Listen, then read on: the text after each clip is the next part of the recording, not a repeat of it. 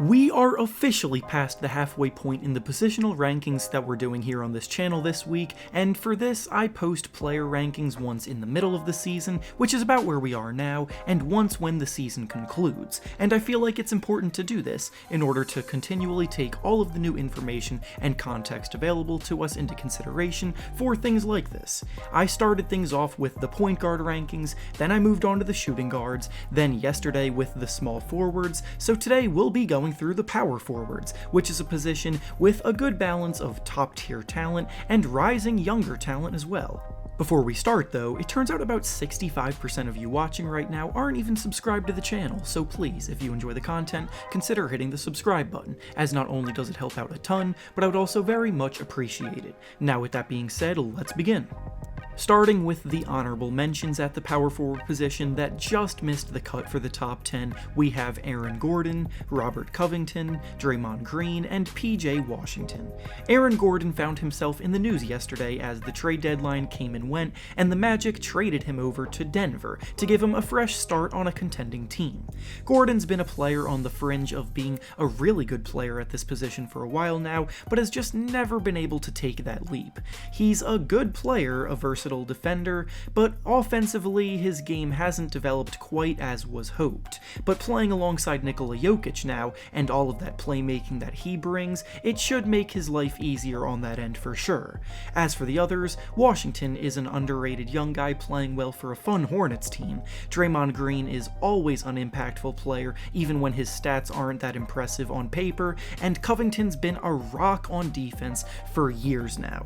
And now with that being said, let's get into the top 10.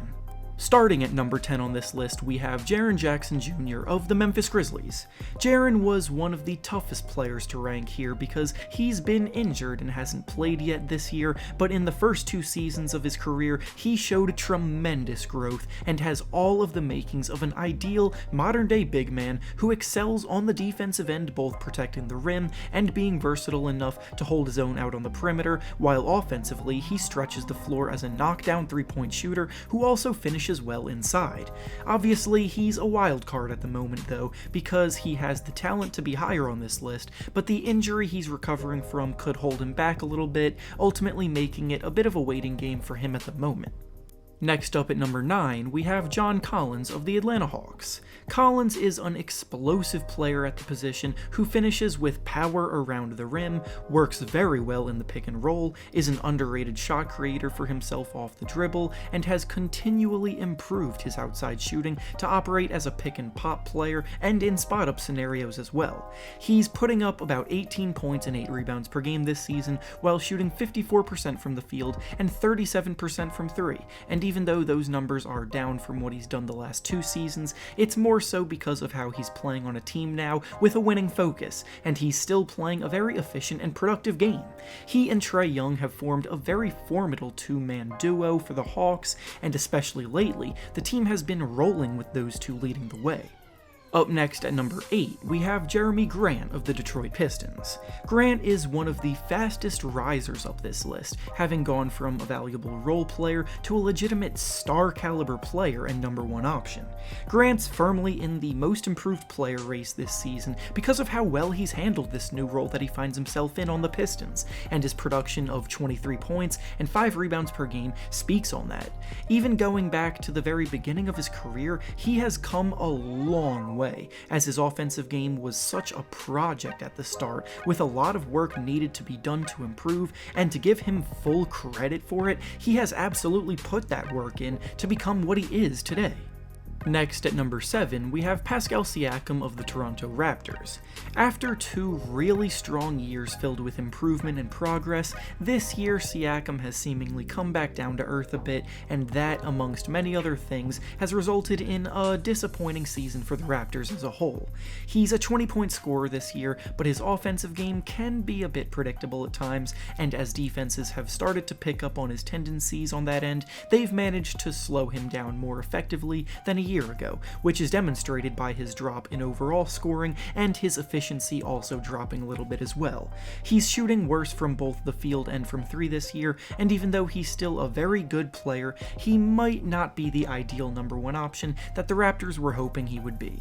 Next at number 6, we have Domantas Sabonis of the Indiana Pacers. The Pacers have Sabonis somewhat playing out of position at times because he's probably best suited as a center, but even as a power forward, he has been a highly effective player who uses his brute force to overwhelm his opponents. His strength in the post allows him to be one of the most effective players down around the rim.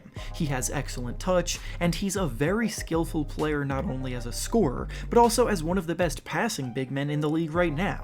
The only thing that worries me is that the Pacers, at least statistically, have been a little bit better with him off the court than they have with him on the court in terms of outscoring their opponents and point differential. However, those statistics can be misleading at times and don't necessarily mean he's a negative player by any stretch.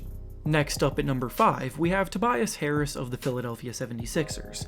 Harris was viewed as arguably one of the worst assets in the league after last season because of his full max contract and his disappointing season, but he's come back with a vengeance this year, looking to prove everybody wrong, and he's been nothing short of sensational for the top-seeded 76ers this year. Offensively, he looks more confident than ever, he's been so efficient scoring the ball, and he's on the brink of joining the rare 50-40-90 club, meaning he shoots over 50% from the field, 40% from 3, and 90% from the free throw line. And defensively, he's been locked in, playing better than he ever has on that end of the floor. He's come through time after time in the clutch for the team, he's holding down the ship for the team while Embiid is out injured, and he's really had a great turnaround year. Next up at number 4, we have Julius Randle of the New York Knicks. Randle, somewhat like Harris, has done a complete 180 regarding how he's viewed around the league this year. Last season, there was real reason to view him as a negative asset because of the mindset he had out on the court at times, combined with the tunnel vision that he would get with the ball in his hands that made him a bit of a black hole, while now, he's playing good team basketball, and not only is he making his own play better, but he's elevating the play out of everybody around him, helping the Knicks make a playoff push. He's putting up about 23 points, 11 rebounds, and 6 assists per game right now, doing a bit of everything for the team, and most impressive of all is the fact that he's gone from one of the worst three-point shooters in the league to a 42% shooter from deep, and now he's a legitimate all-star caliber talent. Up next at number 3, we have Zion Williamson of the New Orleans Pelicans. Zion came into the league with otherworldly hype 2 years ago, and despite the fact that he's playing phenomenally this year, that hype has for some reason died down a bit. Despite that hype dying down though, Zion's been playing at a legitimate all-star level and is progressing very nicely into the top tier of players at this position. He's putting up about 26 points and 7 rebounds per game so far this year, but he's also shooting a whopping 62% from the field, and his combination of brute strength and soft touch along with his agility and mobility around the rim make him a bully in the paint that very few can successfully slow down. Next up at number 2 now, we have Anthony Davis of the Los Angeles Lakers. Davis marks the separation into the top superstar tier of players at this position, and his dominant two-way play is far ahead of the rest of the names that we've discussed at this point. He was vital to the Lakers' title run last year alongside LeBron James, but this year, unfortunately, he's been plagued by injuries and has missed a good amount of time. When healthy though, he's an all-defense caliber player, an incredibly versatile and impactful offensive player both inside and out, and he's a true force to be reckoned with. And finally, the number 1 spot on this list goes to Giannis Antetokounmpo of the Milwaukee Bucks. Giannis is the 2-time defending winner of the MVP award along with the reigning Defensive Player of the Year winner as well, for good reason. His combination of quickness and strength make him virtually unguardable at times when he gets a full head of steam going to the basket, and his production of 28 points, 12 rebounds, and 6 assists per game on average is once again insane to be putting up. His MVP buzz has died down a little bit this year because of voter fatigue, but he'll still be in the running of course, because once again, he's having that caliber of season. And with that being said, that's all I have for you today. Make sure to like the video, subscribe to the channel, and comment down below how you would rank these players. Thanks for watching, and I'll see you all next time.